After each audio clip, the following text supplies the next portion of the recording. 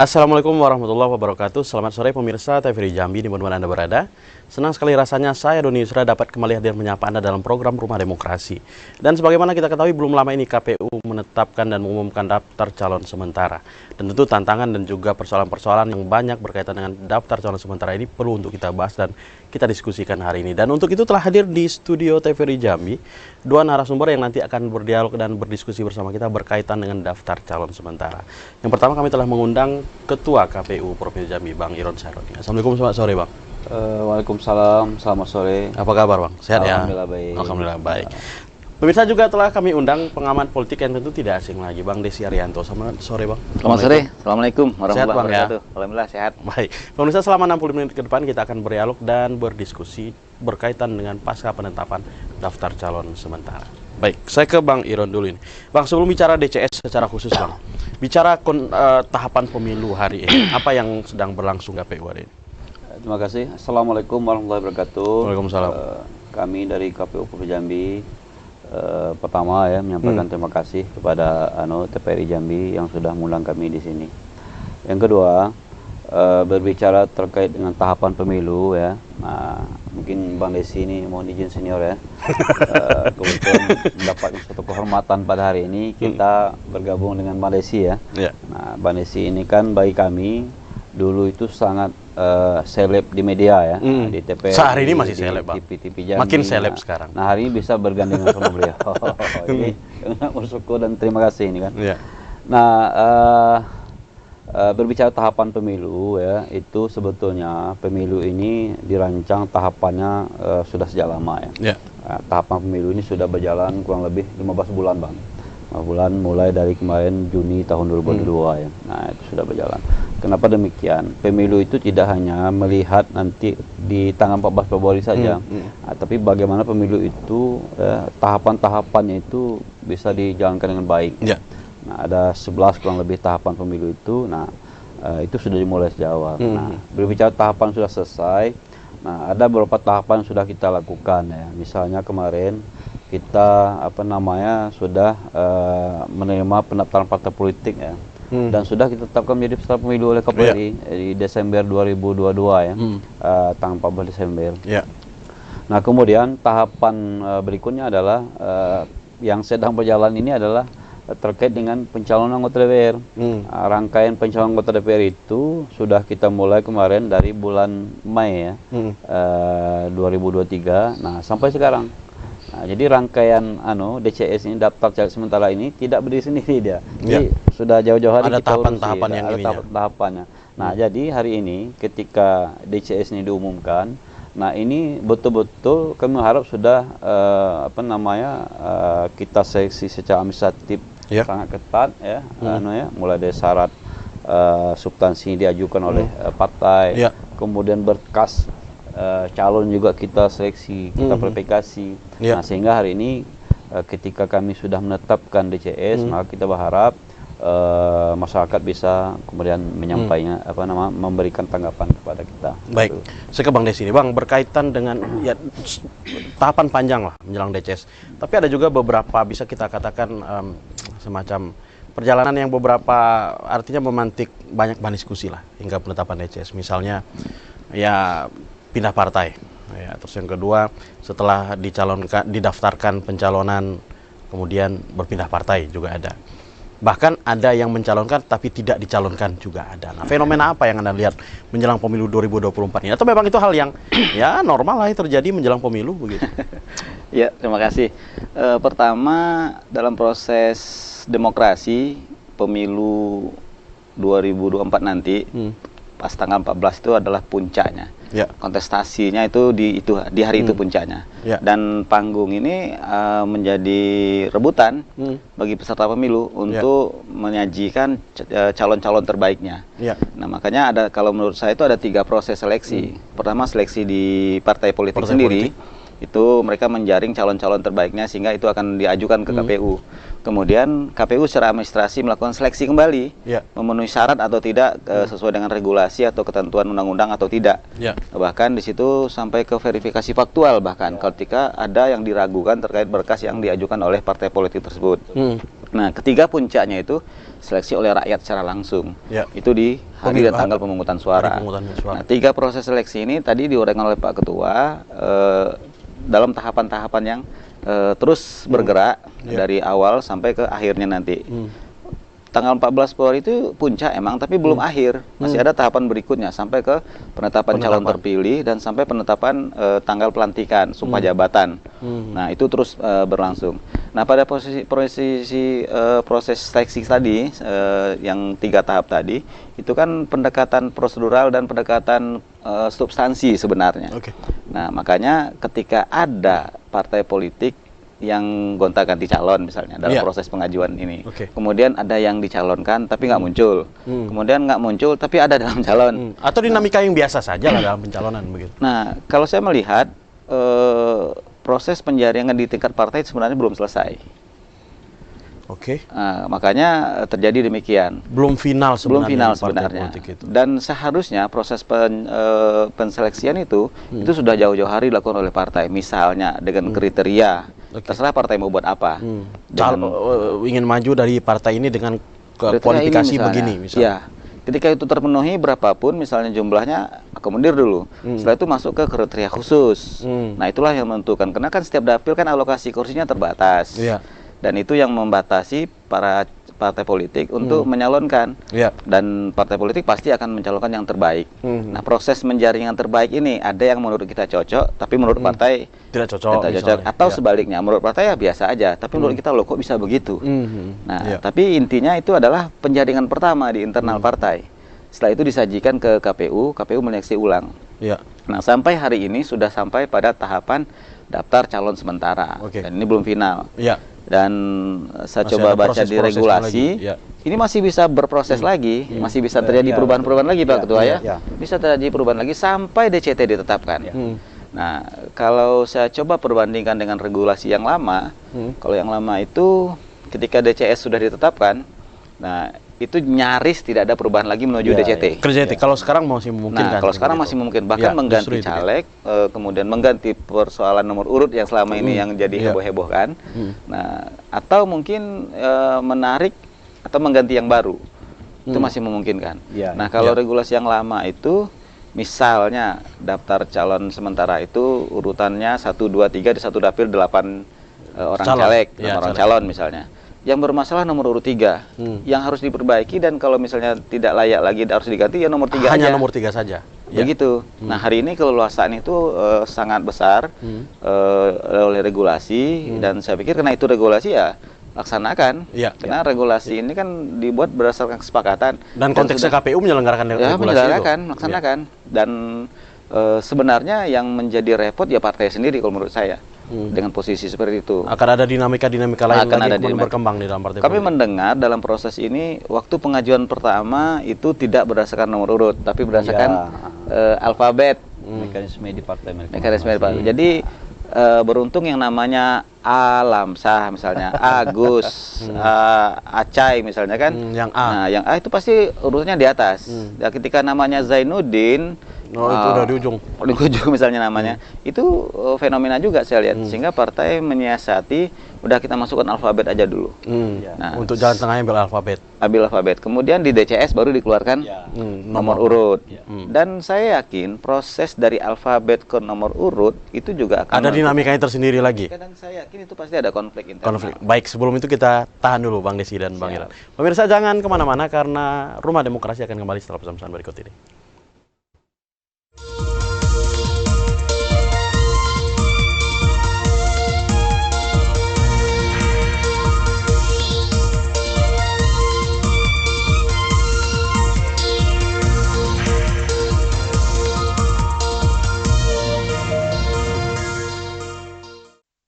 Baik, terima kasih pemirsa masih bersama kami dalam program Rumah Demokrasi, dan kita masih membahas berkaitan dengan pasca penetapan daftar calon sementara. Dan saya ke Ketua KPU Provinsi Jambi. Bang, berkaitan dengan pengajuan bakal calonnya oleh partai politik. Nah, untuk semua dapil, baik itu DPRD Provinsi maupun Kabupaten Kota, hingga saat ini apakah terpenuhi semua partai politik mengajukan calonnya? Ya, berdasarkan informasi yang kami terima dari kalau dari provinsi itu semua terpenuhi. Nah, kemudian juga juga dengan kabupaten kota juga rata-rata partai politik itu mengajukan. Dan berkaitan dengan keterwakilan perempuan? Ya, jadi terkait dengan keterwakilan perempuan, khusus provinsi itu terpenuhi. Nah, kita hitung total semuanya bahkan lebih dari 30%. Lebih dari 30%, berarti di angka aman. Akumulasi semuanya itu. Oke. Dan semua partai itu rata-rata terpenuhi semua 30%. Dan kita akumulasi semuanya itu lebih dari 30%. Lebih. Nah, berkaitan tadi juga ya sempat dibahas Bang Desi, Bang. Ada beberapa perubahan ya, pengaturan ataupun konsep ya pasca penetapan DCS. Ya. Nah, ada tidak apa sebenarnya yang paling signifikan perbedaan dari pemilu-pemilu sebelumnya? Ya, kalau dulu ya secara sederhana seperti yang bilang Mbak Desi ya. Kalau dulu misalnya regulasi tentang pencalonan dulu ya, PKPU itu dahulu. Nah, itu misalnya ketika DCS sudah ditetapkan, itu tidak lagi ada ruang yang perubahan untuk merubah ya nanti ke DCT gitu kan. Misalnya kalau hari ini itu teman-teman partai politik itu punya ruang untuk memperbaiki, merubah gitu kan. Misalnya kalau setelah DCS diumumkan ya, kan sudah kita umumkan kemarin itu di tanggal 19 ya. Jadi kita tetapkan tanggal 18 Agustus dan diumumkan tanggal 19 Agustus sampai nanti hari ini ya, 23. Dan kemudian untuk mendapatkan tanggapan masyarakat itu sampai dengan tanggal 28 nanti. Nah nanti di PKPU terbaru ini ya, nanti pada pencermatan DCT ya, sebelum penetapan DCT itu nanti ada namanya pencermatan DCT, Bang. Nah itu partai politik masih bisa kemudian merubah calegnya. Merubah calegnya. Bisa berganti nomor urut, ya, bisa pindah dapil. Nah, bisa memperbaiki anunya gitu. Seperti itu. Baik, saya ke Bang Desi. Ada yang menarik nih, Bang. Kita bicara sedikit politis ini sebenarnya. Kita bicara fenomena di Jambi luar biasa hari ini. Berbicara tentang calon DPR RI yang kemarin ditetapkan dalam DCS. Ternyata ada nama-nama besar. Nah, sebenarnya apa sih yang kalau Anda membaca dari pola pandang politiknya partai politik kita di Jambi hari ini? Ya, kalau saya sih bersyukur nama-nama besar itu muncul di pencalonan untuk DPR RI. Artinya memang semakin kuat nih sekali nih tarikan di ini. Kalau saya melihatnya nggak dalam proses ini, tapi proses di DPR RI-nya. Kita kan cuma punya 8 kursi di DPR RI untuk dapil Jambi. Sementara dapil provinsi lain ada sampai 16 dapil. Sampai 5-6 dapil. Kita cuma 1 dapil di provinsi. Artinya yang hadir di DPR RI mewakili Jambi itu harus orang-orang hebat, supaya Jambi bisa didengar di RI.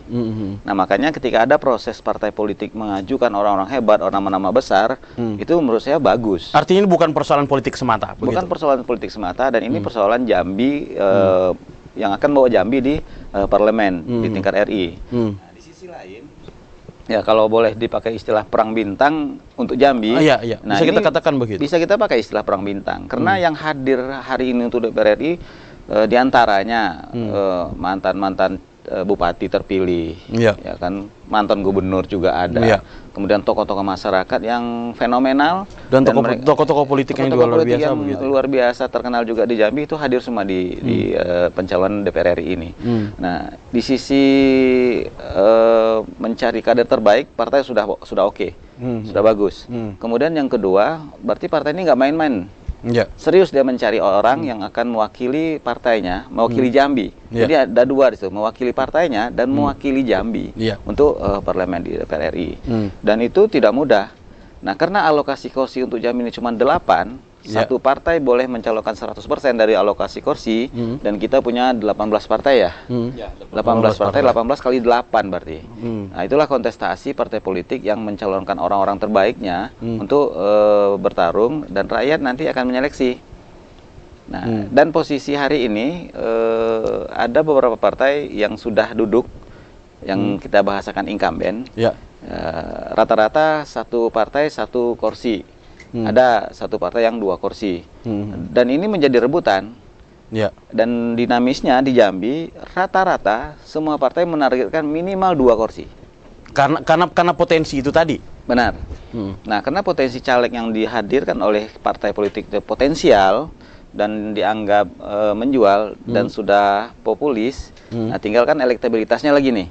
Nah, ketika itu sudah dihidangkan dan ternyata memang growth istilahnya bagus, kemudian dan dipercaya, nah masyarakat lagi tinggal nih menjaringnya. Siapa yang menurut mereka yang terbaik? Karena pilihannya cuma satu. Ya. Dari sekian banyak calon yang dihidangkan, dari sekian partai yang menyediakan itu, memang mereka cuma punya satu kesempatan memilih.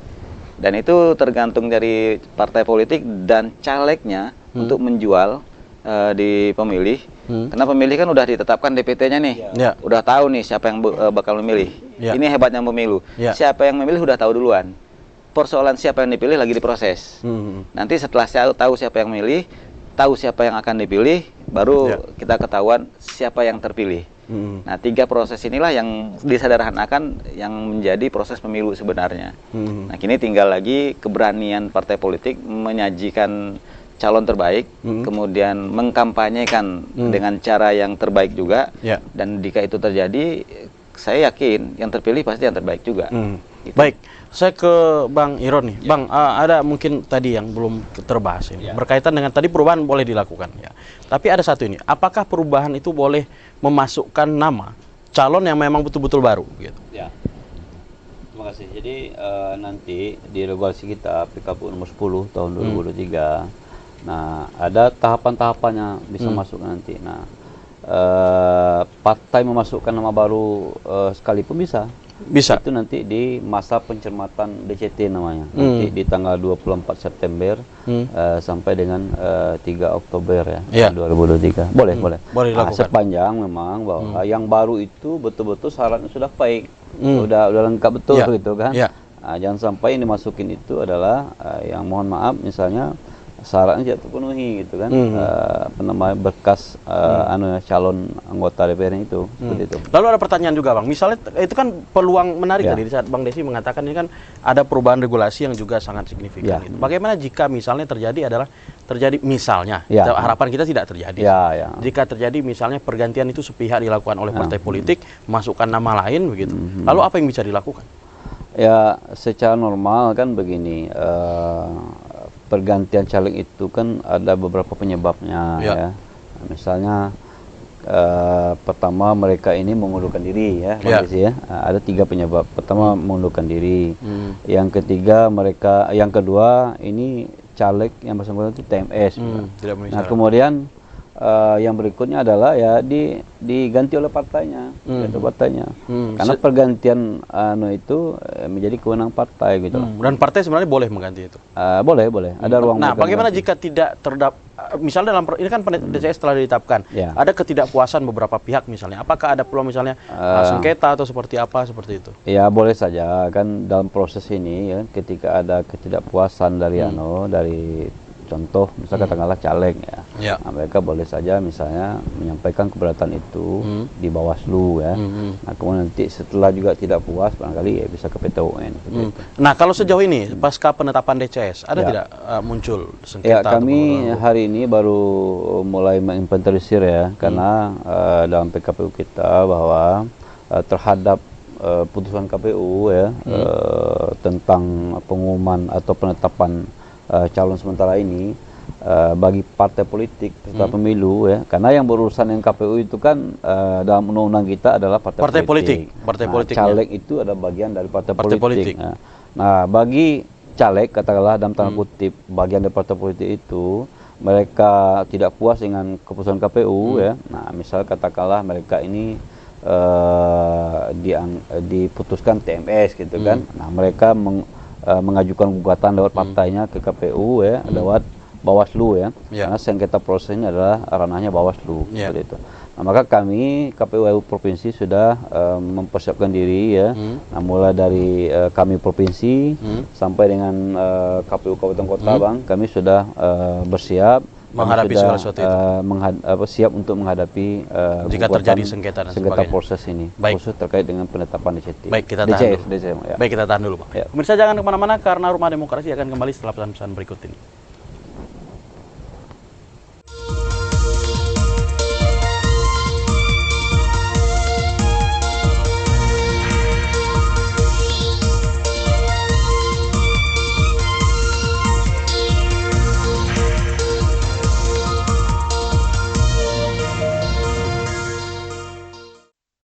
Baik, terima kasih pemirsa masih bersama kami dalam program Rumah Demokrasi, dan seperti biasa pada sisi ketiga ini kami mengundang Anda untuk berpartisipasi bersama kami melalui line telepon 66385, dan bagi Anda yang berada di luar kota Jambi dapat menggunakan kode area 0741663385. Baik, saya ke Bang Desi lagi. Bang, ada fenomena yang juga cukup menarik akhir-akhir ini. Kita belum bisa mengatakan alat peraga kampanye lah ya. Artinya baliho-baliho mulai bertebaran. Tapi yang menarik ini kan baru DCS ya. Tapi yang menarik itu adalah sudah banyak yang berani menampilkan nomor urut. Apa yang bisa Anda cermati, Bang? Ya. Kalau saya melihat itu sebenarnya APS, alat peraga sosialisasi, tapi menyerupai alat peraga kampanye. Nah, di regulasi diatur itu. Kalau nggak salah, yang menyerupai alat peraga kampanye nggak boleh.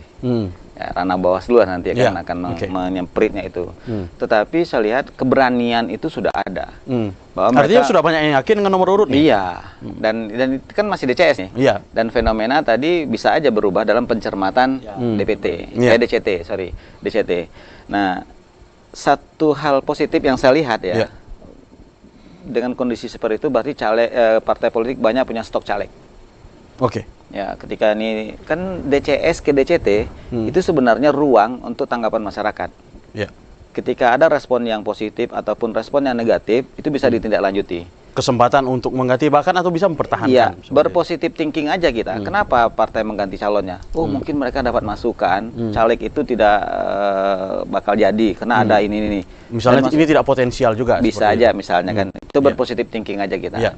Kalau untuk negatifnya bisa saja kompetisi belum tuntas tadi sehingga perseteruan di internal partai itu semakin kencang dan proses ini terus berlanjut dengan jurus masing-masing.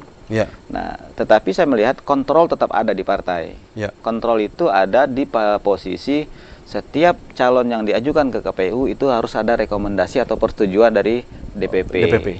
Nah, itu sebagai kontrolnya. Tapi di sisi lain, di situ terlihat betul sentralnya bahwa partai politik ini semuanya tergantung dari pusat.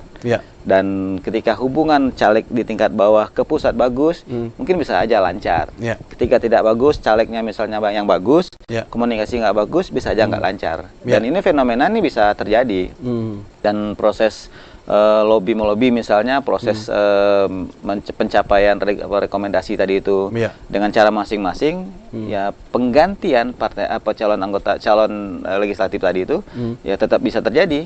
Nah, karena partai politik di tingkat kabupaten ataupun tingkat provinsi mereka menyeleksi ketika proses pengajuan melalui silon, melalui silon itu harus mendapat rekomendasi dari partai politik dan itu harus nomor 1 masuk. Baru ada lampirannya. Nah, KPU akan menyesuaikan lampirannya tadi atas persetujuan atau rekomendasi dari partai politik. Itu kontrol terakhir partai terhadap proses ini tadi. Dan satu sisi baik, satu sisi dinamikanya sangat dinamis. Yang ketiga, calegnya dong yang hari ini mungkin tidak bisa bernapas dengan tenang. Bisa jadi saya nomor 1 karena nama saya A tadi kan, atau setelah penetapan DCT, daftar calon tetap, nomor 5 atau nomor 3 atau selain dari nomor 1. Dan itu sangat menggelisahkan. Atau mungkin diganti bisa jadi. Atau bisa saja diganti. Dan ini fenomena yang baru nih. Tapi sebenarnya Anda setuju nggak sih, Bang, dalam perspektif perspektif politik, peluang-peluang yang untuk artinya kita mengatakan keleluasaan lah partai politik dalam mencermati, artinya melakukan beberapa hal pasca penetapan DCS ini. Kalau saya melihat seharusnya partai politik sudah lakukan penjaringan minimal 1 tahun yang lalu. Artinya sudah fix mestinya. Sudah fix. Ketika masuk ke tahapan pemilu dalam pencalonan, tahapan pencalonan kan mendaftar calon anggota DPR sesuai dengan tingkatan kepada KPU sesuai dengan tingkatan. Pada posisi itu partai politik sudah pada posisi penjaringan yang banyak tadi ke yang terbaik. Nah, kan jumlahnya sangat terbatas.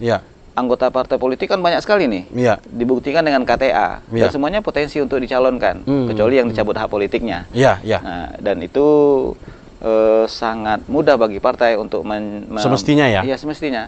Nah, tapi fenomena hari ini kan tidak seperti itu. Atau memang dinamika politiknya memang tarikannya kencang sekali saat ini? Yang menjadi penghalang atau penyebab utama itu terjadi. Ideologi partai tidak makar kepada pengkaderan partai politik, pengkaderan anggota partai politik. Itu penyebab pertamanya. Hari ini saya di partai A, karena saya tidak mendapat tempat di partai A, pas pencalonan saya bisa di partai B. Tapi secara politik itu kan sah-sah saja Sah sebenarnya, saja, tapi ideologi partai nggak ada dong. Idealisme calon anggota DPR yang diusungkan oleh partai, di mana idealismenya? Yang platform bahwa saya akan mewakili partai. Oke. Menurut saya Dan partai ideologi partai itu harus kuat, karena dia akan mewakili partai di DPR, di DPRD provinsi ataupun DPRD kabupaten kota. Ya. Nah, ketika ideologi nggak kuat, berarti partainya cuma dijadikan alat.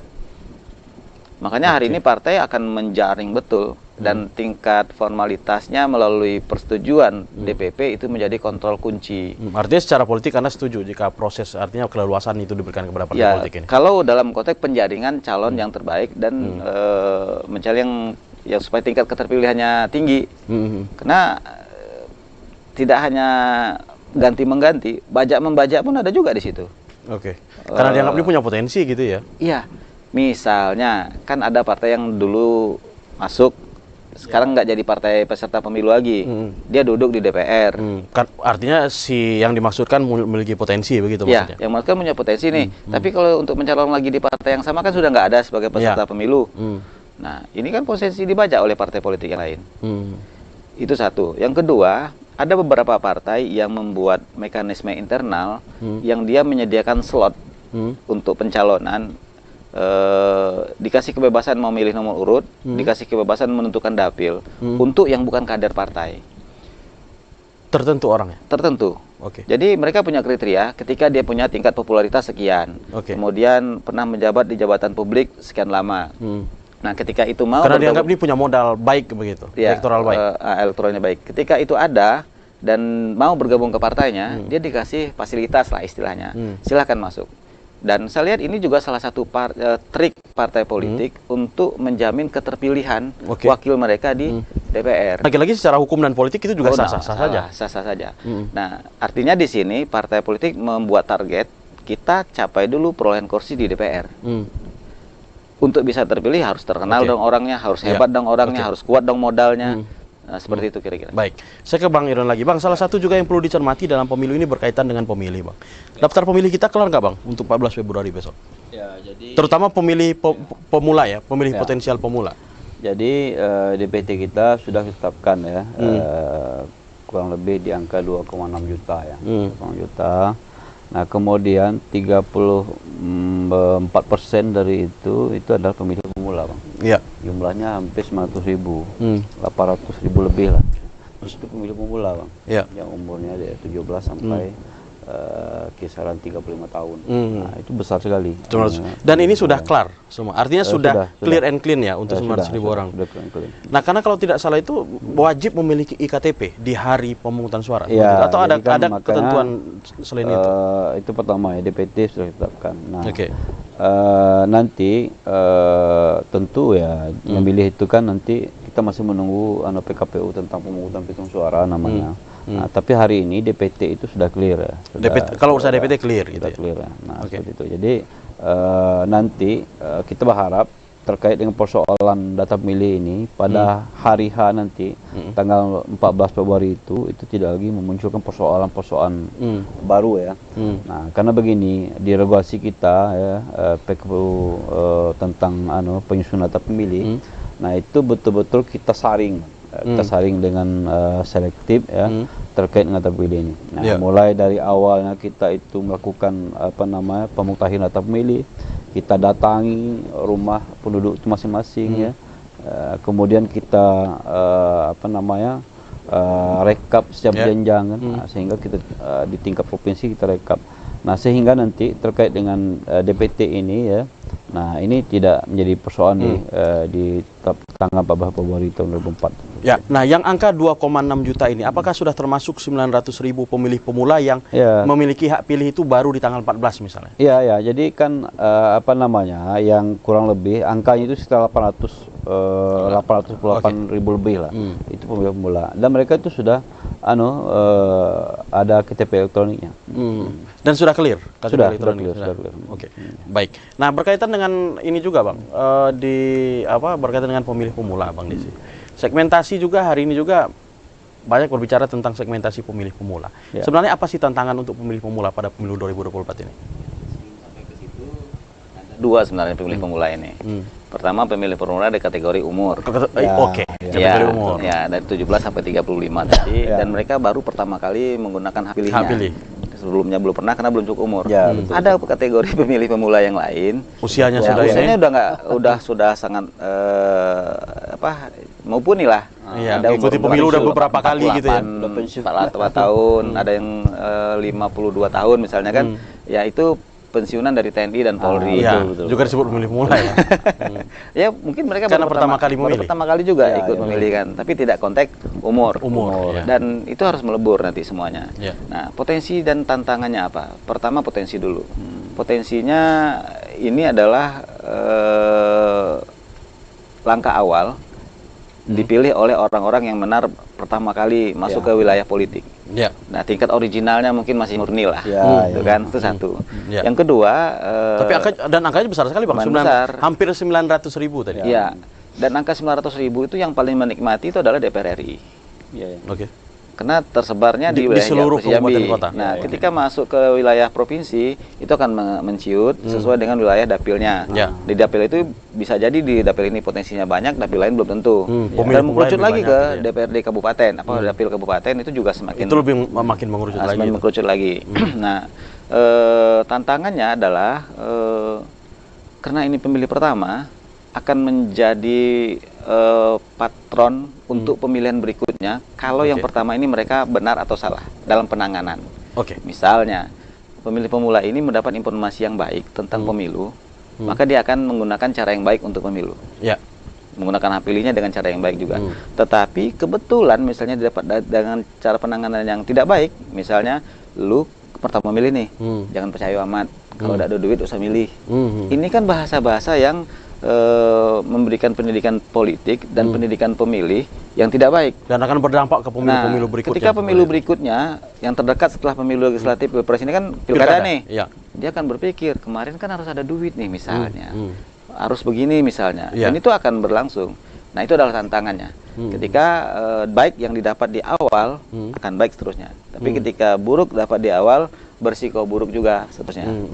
Itu mungkin tantangannya. Baik. Kalau KPU sendiri Bang, ada nggak program-program khusus untuk pemilih pemula ini? Ya, jadi begini, kami KPU Provinsi beserta dengan KPU Kabupaten Kota itu terus mengambil langkah-langkah konkret ya untuk kemudian bagaimana melakukan sosialisasi secara masif di tengah masyarakat ini. Nah, untuk tahun 2024, pemilu 2024 ini, KPU RI hari ini itu mengambil suatu kebijakan, mengambil langkah yaitu dengan melaksanakan namanya kirap pemilu. Kirap pemilu. Kirap pemilu itu mungkin sering kita dengar ya di medsos ya. Nah, itu adalah kebijakan yang diambil oleh KPU RI hari ini untuk nanti meningkatkan partisipasi pemilih kita kan. Nah, misalnya kirap itu diarak di beberapa titik, kurang lebih 10 titik ya. Nah, itu mulai ada yang dari Jakarta, ada yang dari Aceh. Nah, kita Jambi ini kebetulan dari Aceh. Aceh, kemudian ada ke Lampung, ke Bengkulu, dan ke Sumbar, dan ke Jambi kan. Nah, salah satunya itu ya. Nah, kita salah satu tempat yang kita tuju itu kirap itu adalah kita ke tempat pemilih pemula, ke rumah sekolah, ke kampus itu kita Nah, dalam rangka kita melaksanakan sosialisasi pemilu. Kita informasikan tahapan pemilu yang sedang berlangsung, sudah kita lakukan dan akan kita lakukan. Nah, itu secara masif dilakukan Bang di hampir semua kabupaten yang dilewati oleh kirap tadi. Nah, begitu. Nah, dan di level kita ya, di provinsi dan kabupaten kota, kami sudah mendorong Bang, kami sudah menyurati KPU kabupaten kota agar mereka itu mengambil langkah-langkah konkret ya, dengan bekerjasama dengan lembaga-lembaga yang memang tempat berhimpun pemilih pemula ini Bang, khususnya dalam kategori umur ya di Malaysia.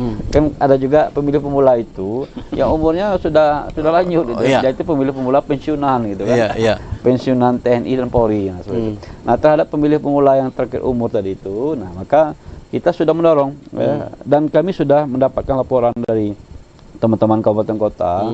Ini sudah berjalan, Bang, sudah berjalan. ada yang teman-teman kabupaten kota itu menjadi pembina upacara ya di SMA, SMK sederajat. Nah kemudian ada yang melakukan sosialisasi ke kampus-kampus, go to kampus gitu kan. Ada yang misalnya kita bekerja sama dengan kelompok-kelompok OKP gitu kan. Mereka membuat acara, mengadakan acara, kita yang memberikan materi. Dan itu insya Allah sudah maksimal kita lakukan. Maka kita berharap bahwa tingkat partisipasi kita nanti di Februari tahun 2004 itu mudah-mudahan semakin tinggi. Nah di 2019 kemarin tingkat partisipasi kita di angka 80-81%. Nah, kita berharap nanti kegiatan kebijakan yang diambil oleh Kapolri ini bisa itu semakin meningkatkan partisipasi pemilih kita semakin meningkat. Ya, baik. Kita tahan dulu Bang Iron dan Bang Desi. Pemirsa jangan kemana-mana karena Rumah Demokrasi akan kembali setelah pesan-pesan berikut ini.